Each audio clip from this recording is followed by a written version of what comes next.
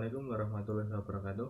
Perkenalkan, nama saya Randy Alfian Susanto, NPM 20144600323, kelas A820. Video ini dibuat untuk memenuhi mata kuliah pengenalan lapangan persekolahan 1. Di sini saya akan mempresentasikan laporan hasil pengenalan lapangan persekolahan 1 di SD Negeri Sumberagung. PLP1 ini dimaksudkan untuk membangun landasan jati diri seorang pendidik melalui pengumpulan informasi tentang 1. Kultur sekolah, 2.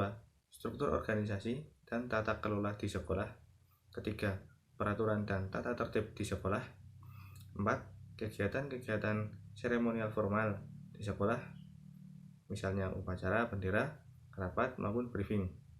5. Kegiatan-kegiatan rutin berupa kurikuler, kokurikuler, dan ekstrakurikuler. 6.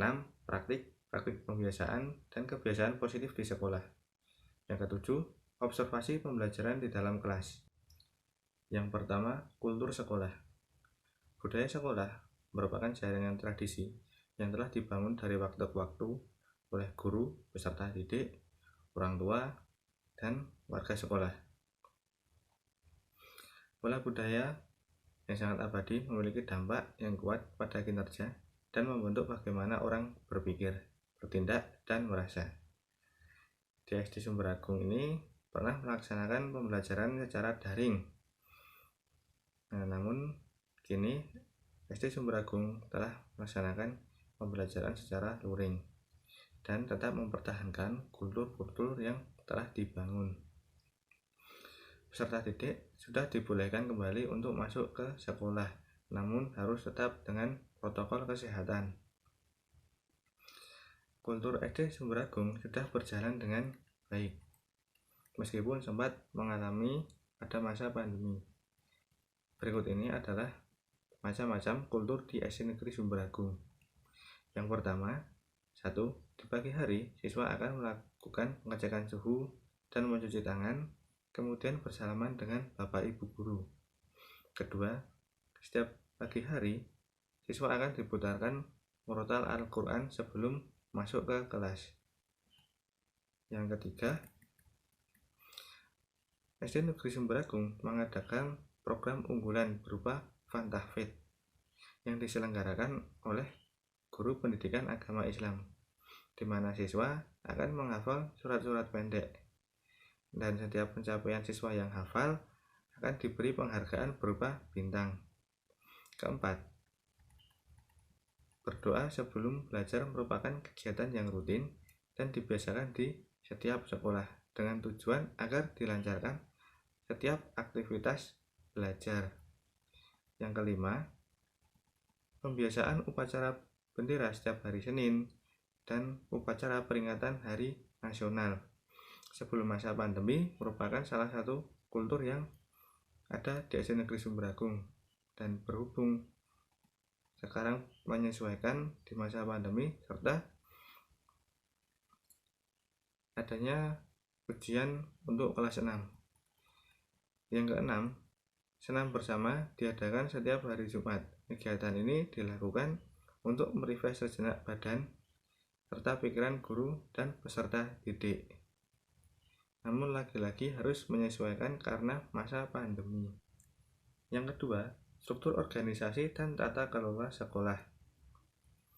Struktur organisasi dan tata kelola sekolah merupakan bagian yang vital dalam terselenggaranya pendidikan dan kinerja suatu sekolah. Hal ini dikarenakan struktur organisasi dan tata kelola sekolah adalah bagian dari manajemen yang mana salah satu fungsinya adalah fungsi pengelolaan dan pengaturan. Dengan adanya struktur organisasi yang baik, fungsi manajemen dapat berjalan dengan baik karena semua bidang pekerjaan sudah jelas.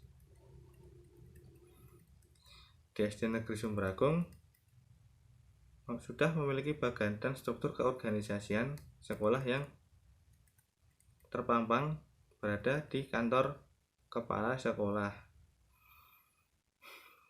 Bagan tersebut sudah lengkap karena sudah terdiri dari struktur organisasi sekolah, struktur organisasi komite, dan struktur organisasi gugus depan pramuka SD Negeri Sumber Agung. Semua struktur ini sudah tertata secara signifikan dan dijalankan sesuai fungsinya. Kepala sekolah memiliki fungsi sebagai manajer, administrasi, supervisor, serta leader dalam sekolah.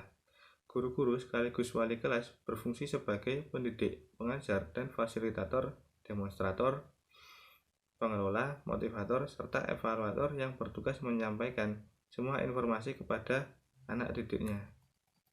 Ketua komite yang diambil dari tokoh masyarakat guna mendukung dan melakukan kerjasama antara masyarakat sekitar dan lingkungan sekolah, dan sebagai jembatan terkait kepentingan peserta didik dengan sekolah sehingga hubungan antara wali murid dan sekolah terjalin dengan baik dan mengetahui perkembangan pendidikan di sekolah. Yang ketiga, tata tertib di SD Negeri Sumber Agung.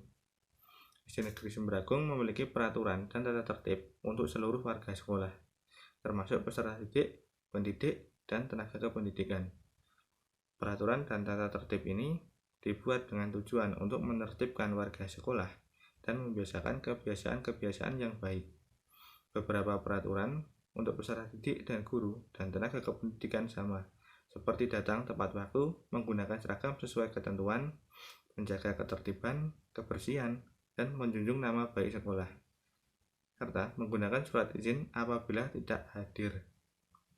Harapan dengan adanya peraturan dan tata tertib sekolah ini supaya peserta didik bisa belajar bertanggung jawab serta mandiri dalam tugas yang sudah diberikan, serta untuk guru juga diharapkan supaya bisa memberikan contoh yang baik untuk peserta didik. Selanjutnya yang keempat, kegiatan seremonial formal di sekolah. Di sekolah, kegiatan seremonial formal dikenal dengan upacara bendera. Upacara bendera setiap hari Senin merupakan kegiatan yang wajib harus dilaksanakan oleh seluruh sekolah, baik sekolah negeri maupun swasta.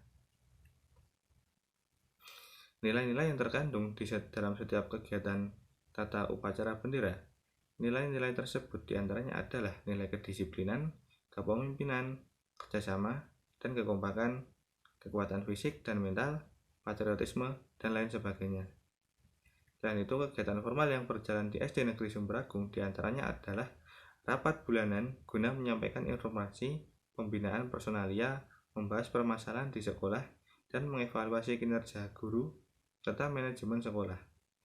Selain itu, sekolah juga mengadakan rapat dengan komite dan wali murid yang diadakan saat menjelang tahun ajaran baru guna menginformasikan perkembangan sikap, prestasi peserta didik, dan informasi terkait dengan program-program sekolah. Yang kelima, kegiatan kurikuler, kokurikuler, dan ekstrakurikuler. Kegiatan kurikuler adalah kegiatan utama setiap sekolah yang dilakukan dengan menggunakan alokasi waktu yang telah ditentukan dalam struktur program. Kegiatan ini dilakukan guru dan peserta didik dalam jam pelajaran setiap harinya. Kegiatan kurikuler dilakukan untuk mencapai tujuan pembelajaran. Di SD Negeri Sumber Agung sendiri melaksanakan kegiatan pembelajaran sesuai dengan jadwal yang telah ditentukan. Pada semester genap ini, pembelajaran dilaksanakan pada bulan Januari sampai bulan Juni selama 6 hari sekolah. Kemudian ketika dilaksanakan ujian sekolah untuk kelas 6 SD, SD Negeri Sumber Agung membagi jadwal masuk sekolah secara bergilir untuk siswa kelas 1 sampai kelas 5. Selanjutnya adalah kegiatan kokurikuler, yaitu kegiatan penguatan dari program intrakurikuler. Kegiatan ini sebagai penunjang yang berfungsi untuk memperdalam pemahaman siswa seperti penugasan. Di SD Negeri Sumber Agung membuat kelompok belajar untuk siswa-siswinya, kemudian memberikan penugasan dan mengadakan study tour atau kunjungan wisata yang diadakan setiap 2 tahun sekali. Namun selama pandemi COVID-19 ini, kegiatan kunjungan wisata atau study tour masih ditiadakan. Kemudian kegiatan ekstrakurikuler yang merupakan kegiatan di luar pendidikan akademik yang berfungsi untuk mendukung kegiatan akademik dan mengembangkan aspek tertentu dari kurikulum yang ada. Kegiatan ekstrakurikuler yang ada di SD Negeri Sumberagung diantaranya yaitu pramuka, TPA, bola voli, karawitan, seni lukis, seni tari, dan TIK. Yang keenam, praktik-praktik pembiasaan dan kebiasaan positif di sekolah. Praktik-praktik pembiasaan dan kebiasaan positif di sekolah di SD Negeri Sumberagung di masa sekarang ini dijalankan dengan tetap mematuhi protokol kesehatan. Berikut ini adalah pembiasaan dan kebiasaan positif di SD Negeri Sumberagung. Yang pertama, ketika masuk ke sekolah, peserta didik diwajibkan untuk menggunakan masker, mencuci tangan, dan cek suhu tubuh sebelum masuk ke dalam kelas. Yang kedua, membiasakan peserta didik untuk menerapkan 5S, senyum, salam, sapa, sopan, santun, serta menggunakan bahasa Indonesia atau bahasa Jawa Krama kepada seluruh bapak atau ibu guru atau tenaga kependidikan. Pembiasaan ini ditujukan untuk membiasakan peserta didik agar terbiasa berbicara dengan sopan kepada orang yang lebih tua, tidak hanya dengan bapak ibu guru, namun juga dengan orang tua di rumah atau dengan orang lain yang lebih tua.